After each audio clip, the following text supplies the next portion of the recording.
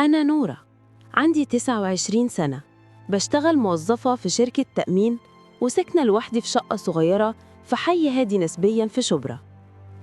من كام شهر كنت شايفة إن حياتي ماشية طبيعي جداً، شغل، بيت، نتفليكس ونوم، مفيش لا حب ولا مغامرات ولا حتى صداع. بس اللي حصل الأسبوع ده خلاني أراجع كل حاجة في حياتي. الليلة بدأت بعطل بسيط في المطبخ، الحنفية كانت بتخر مية كل شوية، وصوت الطقطقة وهي بتنزل كان بيجنني. جربت أربطها بنفسي، فشلت. كلمت صاحبتي منى، قالت لي هات سباك من العمارة اللي جنبكم، في واحد محترم جدا اسمه عم صبري. فعلا تاني يوم بالليل الساعة كانت حوالي 8، خبط الباب. فتحت، لقيت راجل في الخمسينات، قصير شوية، لابس أوفرول أزرق متسخ بزيت وعينيه غريبة كده، كأنها بتبص من جوايا مش عليا. بس اتجمعت وقلت بابتسامة خفيفة اتفضل يا عم صبري، المطبخ من هنا. دخل بهدوء وما كانش بيتكلم كتير وبدأ يشتغل، وأنا كنت قاعدة على الكرسي في الصالة بسمع صوت المواسير وهي بتتفتح وتتقفل وصوت المية وهي بتجري جوه المواسير. بس بعد شوية سمعت صوت غريب، مش صوت مية، كأنه حد بيتنفس جوه الماسورة. قربت من المطبخ، لقيت عم صبري بيبص جوه الحيطة من فتحة الماسورة كأنه شايف حاجة. قلت له في إيه؟ في مشكلة؟ بصلي وقال بهدوء غريب لأ، بس الماسورة دي فيها صوت غريب كأنها بترد عليا. ضحكت وأنا متوترة، يعني إيه بترد عليك؟ قال وهو مركز جدا يعني لما أقول مين بحس فيه صوت خفيف بيهمس أنا هنا. اتجمدت مكاني، افتكرت إن الراجل يمكن بيتخيل أو بيهزر، فغيرت الموضوع بسرعة وقلت له طيب المهم المية اتصلحت؟ قال هخلص كمان شوية. دخلت الحمام أغسل إيدي، ولما فتحت الحنفية المية نزلت لونها رمادي خفيف كأنها مخلوطة برماد أو تراب.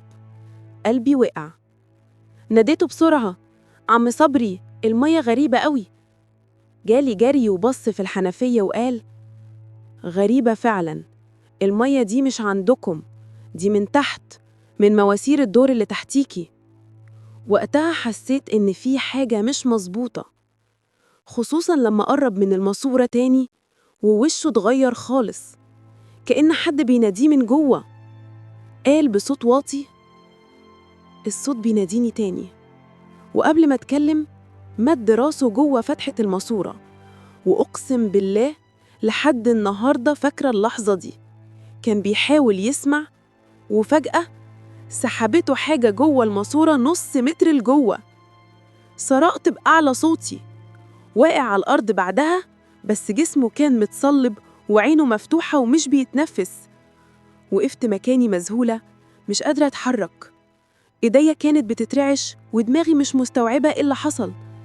المشهد كان مرعب وسريالي، راجل داخل يصلح ماسورة والماسورة بتسحبه. في اللحظة دي سمعت صوت المية بيرجع يجري تاني، بس المرة دي كان فيه همس واضح جدا وصوت بيقول ما تخافيش يا نورة، الدور عليكي. كنت واقفة في نص المطبخ مش قادرة أتحرك، صوت المية لسه شغال والهمس لسه بيتكرر، ما تخافيش يا نورة. طب إزاي يعرف اسمي؟ ده أنا حتى ما قلتش لعم صبري اسمي أصلاً. قربت بخطوة صغيرة ناحية الحوض، قلبي بيخبط في صدري، ببص على الماسورة اللي كان بيشتغل فيها. لقيت المية نازلة خفيفة لكن لونها بقى غامق أكتر، كأنها مية مختلطة بدم. جريت ناحية الباب، بس أول ما فتحت باب الشقة لقيت الجيران واقفين برا. واحدة ست كبيرة قالت لي انتي كويسة يا بنتي؟ احنا سمعنا صوت صريخ. اتلجلجت وقلت أنا تمام، بس السباك وقع. بصت جوه الشقة وقالت وهي متوترة مين؟ عم صبري؟ بس هو مات من أسبوع يا بنتي. وقتها حسيت بدوار ومخي واقف عن التفكير. قلت لها وأنا مصدومة: إيه؟ لأ، هو لسه كان هنا من شوية داخل المطبخ. قالت لي: يا بنتي ده مات في نفس العمارة اللي جنبكم، الكهرباء مسكته وهو بيصلح ماسورة، إحنا كلنا حضرنا الجنازة. رجعت ببص ناحية المطبخ، الضوء كان بيترعش كأنه هينطفي، وصوت المية بقى أعلى كأنها بتناديني أنا المرة دي. دخلت المطبخ بحذر، لقيت المية واقفة تماما، ولا في تسريب ولا عم صبري ولا حتى أثر لأي حاجة من اللي حصل. كأن المشهد كله كان حلم، بس في حاجة كانت مختلفة. على الحيطة فوق الحوض كان مكتوب بخط مبلول كأنه من بخار أو مية: نورة، افتحي الماسورة. كنت خلاص هفقد عقلي. فتحت التليفون وكلمت منى وهي صاحبتي. منى، أنا مش قادرة، في حاجة غريبة بتحصل. قالت لي بهدوء: اهدي يا حبيبتي، أنا جاية حالا. قعدت في الصالة أستناها، بس وأنا قاعدة سمعت صوت خبط خفيف جاي من الماسورة نفسها، تك تك تك، زي ما يكون حد بيخبط من جوه الحيطة. قلت لنفسي ده أكيد صوت مواسير أو ضغط المية، بس ليه بيزيد؟ قمت بسرعة وفتحت نور المطبخ تاني، بس النور قطع في اللحظة دي، وبقى المطبخ ضلمة كاملة إلا من نور خفيف جاي من فتحة الماسورة نفسها، نفس الفتحة اللي كان عم صبري بيبص فيها. الفضول غلب خوفي وقربت منها وأنا حاطة إيدي على قلبي، ولما نزلت على ركبي وبصيت جوه شفت وش عم صبري، عينه مفتوحة بيبصلي من جوه الماسورة، بس وشه مش طبيعي، باين عليه كأنه بيتحلل وبيبتسم ابتسامة مرعبة جدا. وسمعت صوته بيهمس: انزلي معايا يا نورة، هنا مفيش وجع. صرحت بأعلى صوتي ووقعت على الأرض، وفي اللحظة دي الباب خبط. كانت منى، ولما دخلت لقيتني مرمية على الأرض والمطبخ غرقان مية. قعدت معايا لحد ما هديت، وقلت لها على كل حاجة من أول ما دخل لآخر لحظة. قالت لي وهي خايفة: يا نورة، الشقة دي غريبة فعلا، أنا سمعت إن في شقة هنا حصلت فيها حادثة زمان. سكتت شوية وقالت لي وهي بتهمس: كان في بنت ساكنة لوحدها هنا اسمها نورة برضو. نظرت لها وأنا جسمي كله بيتنفد. اسمها إيه؟ نورة، زيك بالظبط، وماتت غرقانة في الحمام بسبب ماسورة انفجرت. الدم اتجمد في عروقي. يعني إيه اللي بيحصل؟ هو عم صبري كان شايف البنت دي ولا أنا اللي بشوف اللي هو شايفه؟ بس قبل ما أجاوب نفسي النور رجع فجأة، والمية اللي في الحوض اشتغلت لوحدها تاني، وصوت غريب جه من جوه المواسير، صوت بنت بتضحك.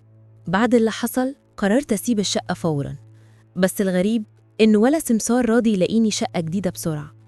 كل ما أروح أتفرج على مكان يحصل ظرف يمنعني أسيبه، كأني في حاجة بتشدني أرجع تاني. كنت عايشة الأيام دي بنص وعي، بنام بالعافية وبصحى على كوابيس: وش عم صبري والمية الرمادي والبنت اللي بتضحك جوه المواسير. وانا فضلت معايا كام يوم، بس حتى هي بدأت تتصرف غريب. كانت ساعات تبص ناحية المطبخ وتقول: حاسة اللي فيه حد بيراقبني يا نورة. ولما أقول لها تسيب الشقة معايا تقول: مش وقته دلوقتي، خلينا نكمل اللي بدأناه. الكلمة دي خضتني. إحنا بدأنا إيه بالظبط؟ ليلة الجمعة كانت آخر ليلة. الدنيا كانت هادية والمطر نزل خفيف على الشبابيك. فتحت التلفزيون على صوت خافت وحاولت أقرأ قرآن عشان أهدي نفسي، بس بعد دقيقة لقيت المية في المطبخ اشتغلت لوحدها تاني. رحت هناك وأنا متوترة، لقيت المية بتجري ببطء وبتنزل شكلها نضيف المرة دي، بس صوتها مختلف، زي همسات ناس كتير بتتكلم في وقت واحد. حطيت ودني قريب من الماسورة، سمعت كذا صوت بيقول نفس الكلمة: رجعيه. رجعي مين؟ رجعي عم صبري؟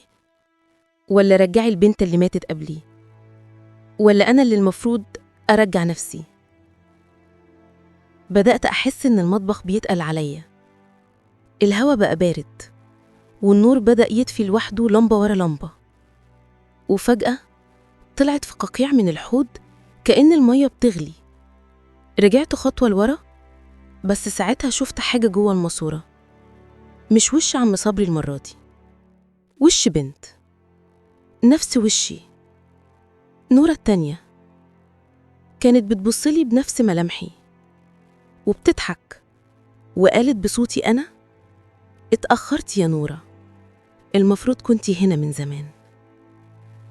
صرخت وجريت على الباب افتحه، بس الباب مش بيفتح ولا حتى الشباك بيتحرك، كأن الشقة كلها اتحبست عليا. صوت المية بقى أعلى وأعلى، وبقيت أشوف بخار بيطلع من الحيطان وصوت خطوات جاية من ورايا.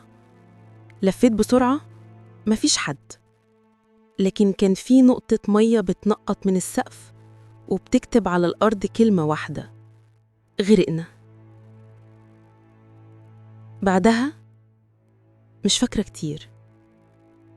اللي فكرته إن الجيران كسروا الباب بعد يومين لما شافوا المية خارجة من تحت الباب. قالوا إنهم لقوا الشقة فاضية، بس الحوض شغال والمية نازلة على الأرض. مفيش جثة ولا أثر لأي حاجة، غير كلمة مكتوبة على المراية في الحمام بخط مية باهتة: عم صبري رجع، ونورة كمان. لحد النهاردة الشقة لسه مقفولة، ولما حد يعدي بالليل من قدامها بيحلف إنه بيسمع صوت مية بتجري وصوت بنت بتضحك جوه المواسير. ولا حد عارف إذا كانت اللي رجعت دي نورة القديمة ولا واحدة جديدة اتسحبت مكانها.